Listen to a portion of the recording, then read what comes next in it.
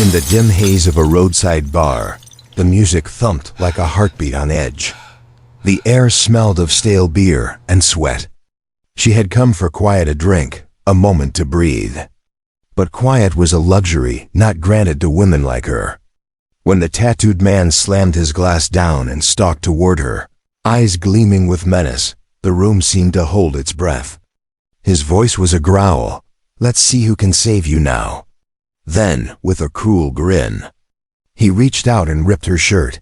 "Before I tell you what happened next, tell me in the comments where you're watching from. I love knowing who's listening." Her name was Riley, 34, retired Navy SEAL. But tonight, she was just a woman trying to forget. The torn fabric exposed more than skin. It exposed the years she'd spent hiding her scars, both visible and buried deep. The bar fell into stunned silence. No one moved. No one spoke. A few turned away. One man chuckled nervously. Riley didn't flinch. She stood slow and deliberate, her breath steady like the ocean before a storm. She hadn't fought in Fallujah to be humiliated in a dive bar. The thug broad, drunk, and used to getting his way, didn't know what he'd just awakened. Riley's eyes locked onto his, not with fear, but with something colder, calculated. She remembered the Afghan dust, the sound of boots in sync, and the weight of her rifle. She remembered the girl she couldn't save. And she remembered the promise she made. Never again. The man lunged. She sidestepped, fluid as water. His momentum carried him into a table, splintering wood and sending drinks flying. Gasps rippled through the crowd. Riley didn't strike yet. She waited. Assessed. Her training whispered through her veins control. Precision, restraint. He came again, fists swinging wild. This time she moved like a tide. One arm locked his wrist.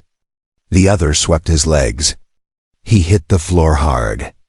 The room erupted, chairs scraped, people shouted. But no one interfered. They watched, transfixed, as the woman who had walked in alone now stood like a sentinel over the man who had tried to break her. She knelt beside him, voice low. "You wanted to see who could save me.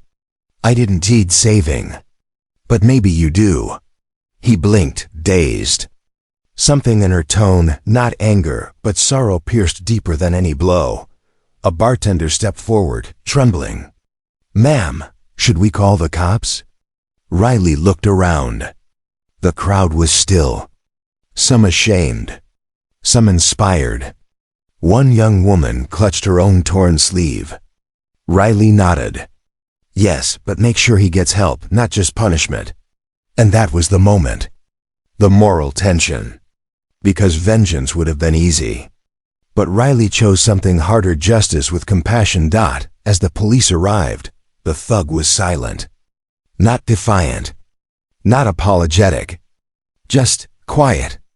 Like a man who'd seen something he couldn't explain. Riley left the bar with her jacket zipped high. Outside, the night air was cool, the stars indifferent. But inside her, something had shifted. She hadn't come to be a hero. She hadn't come to fight. But sometimes, the fight finds you.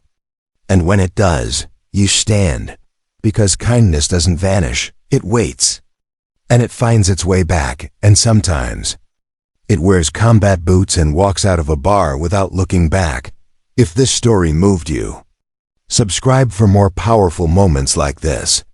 Share your thoughts in the comments. Your voice matters here.